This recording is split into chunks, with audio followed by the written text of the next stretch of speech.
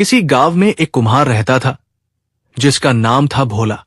वो मिट्टी के बर्तन बनाकर बेचता था, मगर इस काम से उसे जो आमदनी होती थी उससे उसकी पत्नी पारो खुश नहीं थी।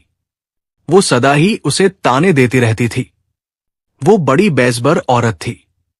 वो उससे कहती कि तुम तो निकम्मे हो, इस काम धंधे में कोई रुपए नहीं है, तुम बहुत कम रुपए कमाते हो, इससे हमारा गुजारा भी ढंग से नहीं हो पाता। ये काम छोड़कर कोई दूसरा काम क्यों नहीं करते? शायद कोई दूसरा काम करने से हमें ज्यादा पैसे मिल जाए और हम अच्छी तरह जी पाए।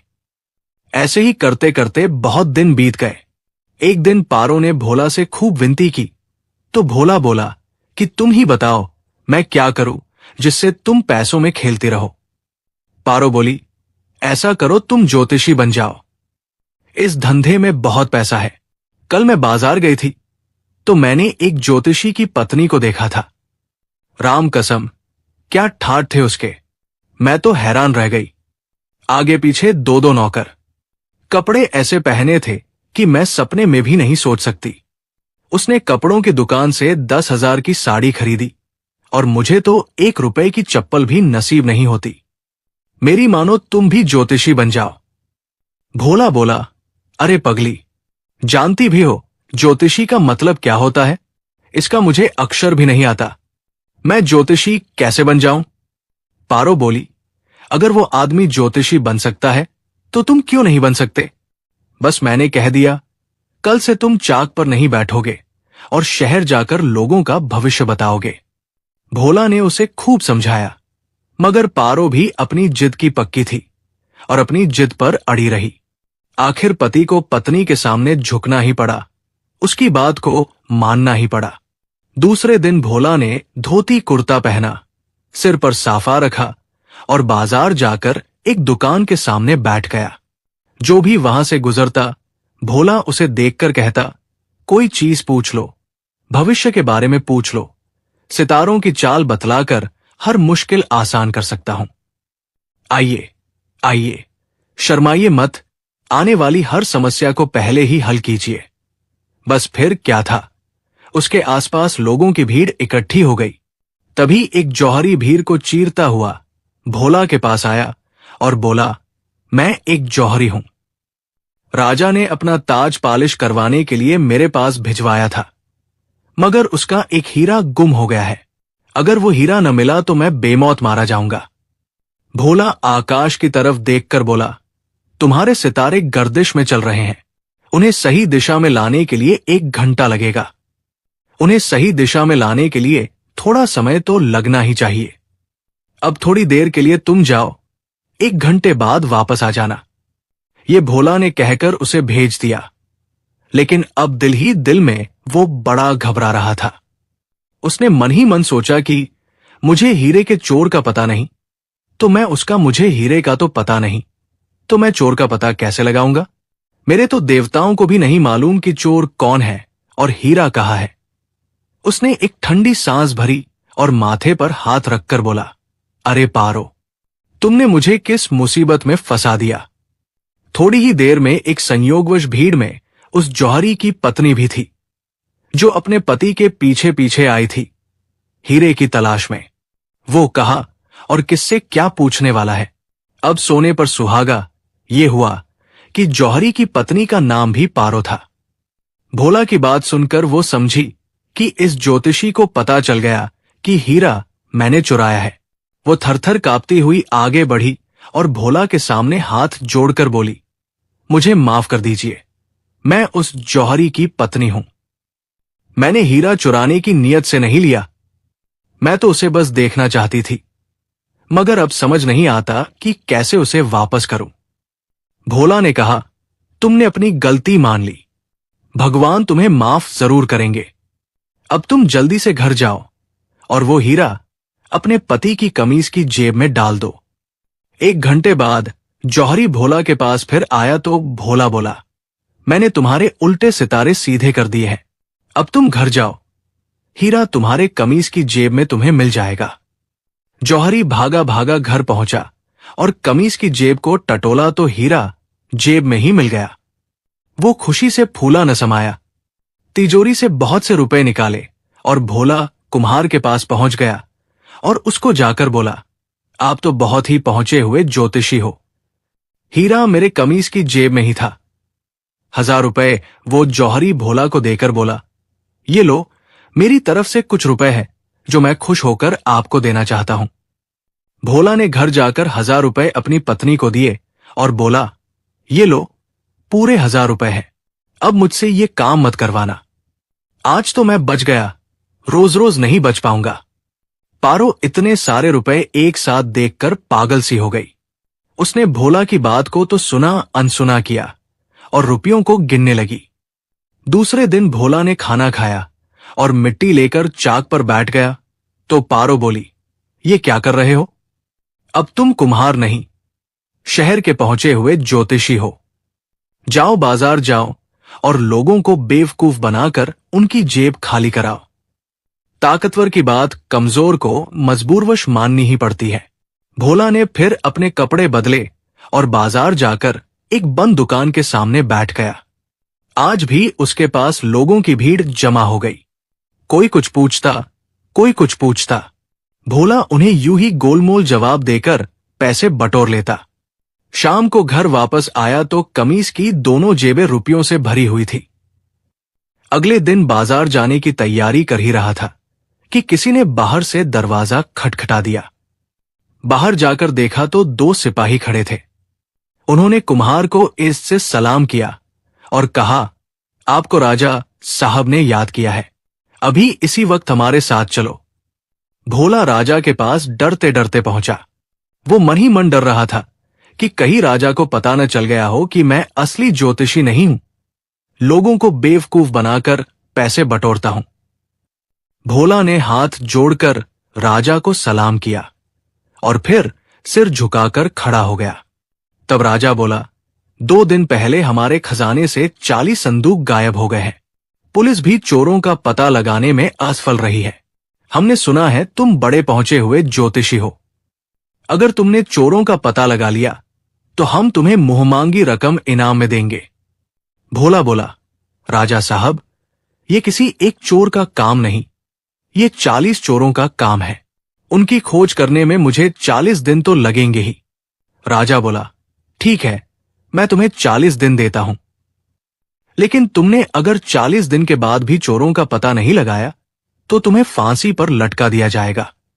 भोला गिरता पड़ता घर पहुंचा और पारो से बोला, जल्दी करो और बोरिया बिस्तर बांधकर यहां से भागो। पारो ने पूछा, कहां चले? भोला ने कहा, तुम्हारी अम्मा के घर चलेंगे। पारो बोली, इतनी जल्दी बोरिया बिस्तर बांधकर जाने का कारण भी तो बताओ। भोला ने कहा, चोरों ने राजा के खजाने से हीरे और जवाहरात के 40 संदूक चुरा लिए हैं और राजा ने मुझे उन चोरों की खोज करने का हुक्म दिया है। अगर मैं 40 दिन में उनका पता नहीं लगा सका तो राजा मुझे फांसी पर लटका देगा। भोला, पारो बोली, हम कहीं नहीं जाएंगे, डरना नहीं है, 40 दिन बहुत होते हैं। हो सकता है चोर पकड़े जाए या फिर हो सकता है राजा खुद ही मर जाए। भोला बोला, अगर ऐसा नहीं हुआ तो फिर क्या करेंगे? पारो बोली, फिर क्या करना है, 40वें दिन यहां से हम भाग जाएंगे। भोला बोला, मगर हमें तो ये कैसे पता चलेगा कि कितने दिन गुजर गए? न तो मुझे लिखना आता है, न तुम्हें लिखना आता है। फिर पारो कुछ सोचकर बोली, मैं ऐसा करती हूं कि रोज शाम को सोते समय मटके में एक ठेकरी डाल दिया करूंगी। इसी तरह पता चलता रहेगा कि कितने दिन गुजर गए। उधर जिन चोरों ने चोरी की थी उनका एक साथी महल में जासूसी का काम करता था और वो वहीं महल में साफ सफाई का काम भी करता था। उसने अपने सरदार को बताया कि राजा ने एक पहुंचे हुए ज्योतिषी को हमारी खोज करने के लिए कह दिया है। वो आदमी बड़ा ही बुद्धिमान है। उसने राजा को हमारी सही संख्या भी बता दी है। उसने राजा से वादा भी किया है कि वो हमें 40 दिन के अंदर पकड़वा देगा। सरदार बोला, अरे बेवकूफ, चोरों की संख्या तो कोई भी बता सकता है। जाहिर सी बात है न कि 40 संदूक 40 आदमी ही उठाएंगे। मगर ये ज्योतिषी चालाक मालूम होता है। तुम ऐसा करो कि आज रात उसके घर जाओ और पता करो कि वह क्या करना चाहता है। शाम को चोर भोला के घर पहुंचा तो उसने खिड़की से बात करने की आवाज सुनी, तो फिर वो कान लगाकर सुनने लगा। उसी समय पारो ने घड़े में एक ठेकरी डाली तो भोला जोर से बोला, एक तो गया। भोला ने कहा था कि एक दिन तो बीत गया, मगर बाहर खिड़की से कान लगाकर जो चोर बातें सुन रहा था उसकी तो सिट्टी पिट्टी गुम हो गई। वो भागा भागा अपने ठिकाने पर पहुंचा। सरदार से बताया कि सचमुच वो तो पहुंचा हुआ ज्योतिषी है। ज्यों ही मैंने उसकी खिड़की पर कान लगाए तो उसने कहा 40 में से एक गया। सरदार ने देखा कि उसके साथी ये बात सुनकर डर से कांपने लगे हैं। सरदार उनको दिलासा देने के लिए जबरदस्ती मुस्कुरा कर बोला, इसने गलत सुना होगा। कल तुम में से 2 आदमी वहां जाना, ज्योतिषी की घर की खिड़की से कान लगाकर उनकी बातें सुनना। दूसरे दिन 2 चोर छुपते छुपाते भोला के घर पहुंचे और खिड़की से कान लगाकर खड़े हो गए। उस समय पारो ने दूसरी ठेकरी मटके में डाली तो भोला जोर से बोला, 38 रह गए। दोनों चोर तो सर पर पैर रखकर वहां से भागे। उन्होंने सरदार को बताया कि ये ज्योतिषी सच में ही सब कुछ जानता है। हमारे वहां पहुंचते ही उसे पता चल गया है कि हम 2 हैं। सरदार ने गुस्से से पैर पटके और गुस्से से चिल्लाकर बोला, तुम दोनों भी बुद्धू हो। कल 3 आदमी जाना और ध्यान से उनकी बात सुनना। तीसरे दिन 3 चोर भोला के घर पहुंचे। चौथे दिन 4, 5वें दिन 5 और 39वें दिन तक ये सिलसिला चलता रहा। पारो घड़े में ठेकरी डालती और भोला जोर से ठेकरी की संख्या को बताता तो चोर समझते कि उनकी संख्या बता रहा है। इससे वे डर कर भाग जाते। 40वें दिन सरदार अपने साथियों के साथ खुद भोला कुम्हार के घर पहुंचा और खिड़की से कान लगाकर खड़ा हो गया। उसी समय पारो ने घड़े में आखिरी ठेकरी डाली। भोला जोर से बोला, 40 पूरे हो गए। पारो, जल्दी से रस्सियां लाओ। भोला ने रस्सियां सामान बांधने को मंगवाई थी। पारो रस्सियां लाने के लिए उठ ही रही थी कि दरवाजे पर जोर जोर से दस्तक हुई। भोला ने दरवाजा खोला तो इतने लोगों को एक साथ देखकर डर गया। वो समझा कि राजा ने उसे पकड़ने के लिए फौज भेजी है। वो कुछ बोलने ही वाला था कि चोरों का सरदार उसके कदमों में गिर पड़ा और गिड़गिड़ाकर बोला, शाही खजाने से चोरी हमने की थी। राजा को आप ये बात मत बताना, क्योंकि राजा हमें कोल्हू में पिलवा देगा। हम आपके घर को सोने चांदी से भर देंगे। भोला गुस्से से बोला, मानो तुमने सोचा होगा कि तुम्हारी इस चोरी का किसी को पता नहीं चलेगा। अरे, हमसे दुनिया का कोई भेद नहीं छुपा है। तुम्हारी भलाई इसी में है कि चोरी का सारा खजाना राजा को वापस कर दो। सरदार ने कहा, हम राजा के पास जाएंगे तो वो हमें कैद खाने में डाल देगा, बल्कि हो सकता है हमें फांसी पर भी लटका दे। फिर कुम्हार बोला, तो फिर तुम ऐसा करो, रात में महल और बगीचे के बीच वाली दीवार के पास सभी संदूकों को मिट्टी में दबा आओ और वादा करो कि आज के बाद चोरी नहीं करोगे। मैं राजा को कुछ नहीं बताऊंगा। ऐसा ही होगा, सर। इतना कहकर वहां से अपने साथियों के साथ चला गया। दूसरे दिन राजा ने सिपाही कुम्हार के पास भेजे। उसे घोड़े पर बिठाकर महल में लाया गया। राजा ने भोला से पूछा, क्या तुमने चोरों का पता लगा लिया है और शायद हमारे खजाने का भी पता लगा लिया? भोला बोला, आपने बिल्कुल सही कहा, मगर आप हमें यह बताओ कि आपको किस चीज की ज्यादा जरूरत है, चोर की या खजाने की? मैं इनमें से आपको एक ही चीज के बारे में बता सकता हूं। दोनों चीजें अगर बताऊंगा तो आपके सितारे खराब हो सकते हैं। राजा ने कहा, अगर ऐसी बात है तो हमें खजाना चाहिए, चोरों को हम बाद में देख लेंगे। भोला ने कहा, तो फिर चलिए हमारे साथ। राजा, ज्योतिषी और उसके साथ कुछ मंत्री और सिपाही भी साथ साथ चल दिए। भोला उनको बगीचे के पास वाली दीवार के पास ले गया और वहां जाकर सिपाहियों से कहा कि यहां इस जगह को खोदा जाए। सिपाहियों ने वहां से खुदाई की। बहुत देर खुदाई करने के बाद वहां से 40 के 40 संदूक बाहर निकाल लिए गए। राजा बहुत खुश हुआ। 40 संदूक और पूरा खजाना पाकर राजा खुश होकर बोला, तुम तो कमाल के आदमी हो। आज से हम तुम्हें शाही ज्योतिषी बनाते हैं। भोला हाथ जोड़कर बोला, मेरे सितारे अब मुझे काम करने की अनुमति नहीं देते। अब मैं ये काम छोड़कर घड़े बनाने का काम करूंगा।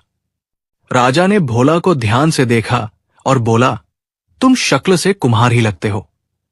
कोई बात नहीं, फिर भी अगर तुम चाहो तो महल में कोई भी काम कर सकते हो। भोला ने घर आकर पारों को सारी बात बताई तो पारो बोली, चाहे कुछ भी हो, मगर अब तुम ज्योतिषी का काम ही करोगे।